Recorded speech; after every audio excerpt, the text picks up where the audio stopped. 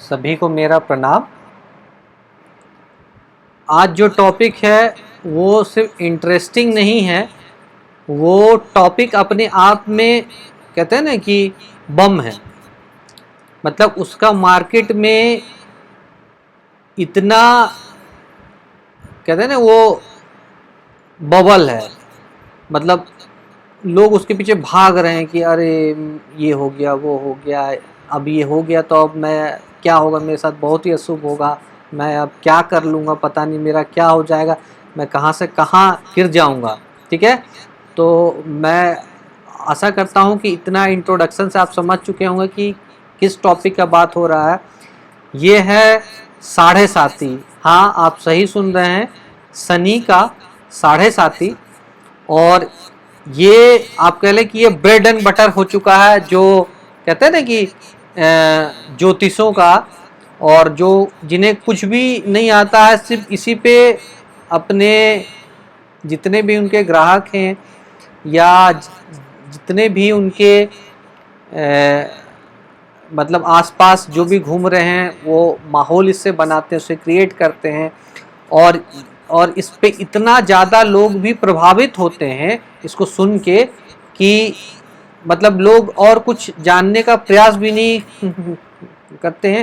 मतलब इतना निगेटिविटी और मार्केट में जो कहते हैं ना मार्केटिंग स्किल, वो इस टॉपिक का इतना ज़्यादा है कि पूरा मार्केटिंग है। और ये पूरे सभी चीज़ों को पीछे छोड़ दिया है। जितने भी चीज़ ज्योतिष के हैं और ज्योतिष में जितनी भी अच्छाइयाँ हैं, जितनी और चीज़ें, उसको छोड़ के ये अकेला ऐसा चीज़ है जो कि सभी चीज़ों को पीछे छोड़ दिया है। तो कहा जाता है ना कि इस चीज़ को का जो जिक्र है वो बहुत जगह पे, यानी कि इसकी जो उल्लेख है वो बहुत जगह पे नहीं है।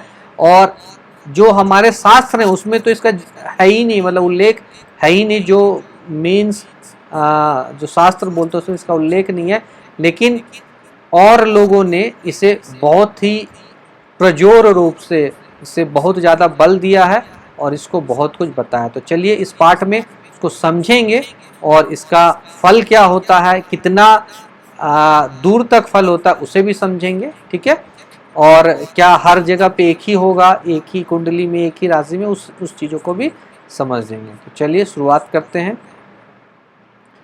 तो जैसा कि इतना ये पहला ऐसा वीडियो है जिसमें कि मैंने इतना ज़्यादा इंट्रोडक्शन पे एम्फेसिस किया है किसी भी टॉपिक का, नहीं तो मैं सीधा टॉपिक की शुरुआत करता हूँ।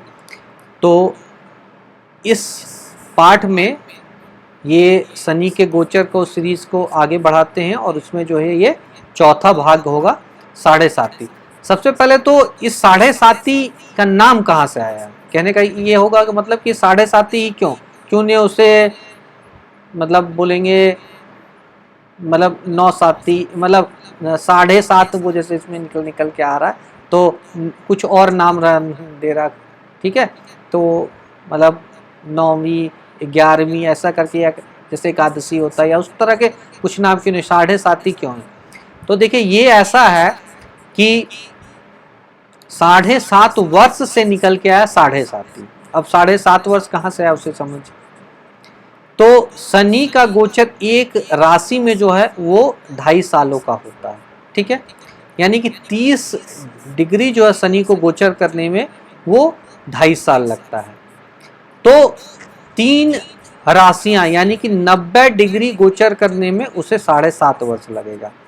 तो ये 90 डिग्री का जो गोचर, यानी किसी भी पीरियड में 90 डिग्री का, यानी पूरे प्रचक्र में जो 90 डिग्री जब हम निकाल लेंगे तो उस 90 डिग्री को गोचर करने में 30 + 30 + 30 जो है 7.5 वर्ष लगेगा। और ये 90 डिग्री कैसे आता है वो भी मैं अभी समझाता हूँ। तो उस 90 डिग्री को गोचर करने में शनि को 7.5 वर्ष लगता है, उसी से साढ़े साती निकल के आया। ठीक है, इसी तरह ढैया भी है, उसे भी मैं समझाऊंगा। ठीक है, तो शनि का गोचर अब इसमें होता क्या है, तो जन्मकालीन चंद्रमा, ये बहुत ही कम लोगों को पता है। मैं बता रहा हूँ कि बहुत ही कम लोगों को ये पता है कि एक्चुअल साढ़े साती कैसे निकालते हैं और कैसे कैलकुलेट करते हैं। ठीक है, जैसे ही लोग मतलब क्या बोलो कि देख लेते इस राशि से उस राशि, मैं इसलिए ये टॉपिक भी शुरुआत किया क्योंकि शनि का गोचर कुछ दिन पहले ही 29 अप्रैल 2022 को मकर से कुंभ राशि, यानी पहले भी स्वराशि में थे, अपने मूल त्रिकोण की स्वराशि में शनि गोचर कर चुके हैं। और इस पे बहुत ही लोगों का क्वेरी आ चुका था, इसीलिए मैं इस वीडियो को बनाया हूँ। और शनि के गोचर पे सभी लोग परेशान हैं, इसलिए मैं उस भ्रांति को भी दूर करने को हूँ और उसको कोशिश कर रहा हूँ कि उसको भी उस पर प्रकाश डालूं। ठीक है, तो चंद्रमा से, यानी जन्मकालीन चंद्रमा यदि 5 डिग्री का होगा आपका मेष राशि में, तो उससे 45 डिग्री पहले और उससे 45 डिग्री बाद, यानी यदि मेष राशि में 5 डिग्री का है तो 5 डिग्री और 45 इधर माने, यानी 40 माइनस कर ले, यानी कि मीन का पूरा 30 डिग्री हो गया और मकर का भी 10 डिग्री हो गया। यानी जब शनि मकर में ही 20 डिग्री से ऊपर जाएगा तो मेष राशि वालों का जो 5 डिग्री का यदि चंद्रमा है, तो जैसे ही 20 डिग्री से ऊपर मकर में चला गया तो उसकी 7.5 प्रारंभ हो जाएगी।